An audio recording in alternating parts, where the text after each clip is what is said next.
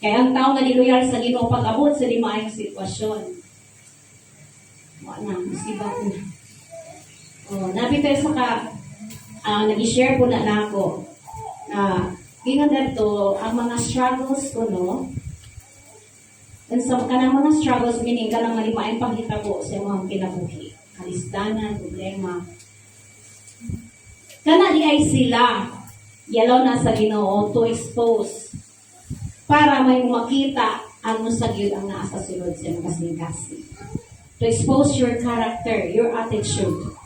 Kaya na matupato mo sa babay po nga alaga sa Ginoo. May mga sitwasyon like, naa siya mga struggles. Nawa man si brother, nawa man si sister, na magod siya struggle. Pero actually, ang tinuod, ang maong struggles or dili maayong mga sitwasyon sa iyang kinabuhi na naalaw ni ay na aron makita ang tinuod na kondisyon sa iyang kasing-kasing. No? Mao di ay na gialaw na ni Lord i-expose yun ang atong hearts. Kung nakita na ko na no, kadahapon naman may mga assistant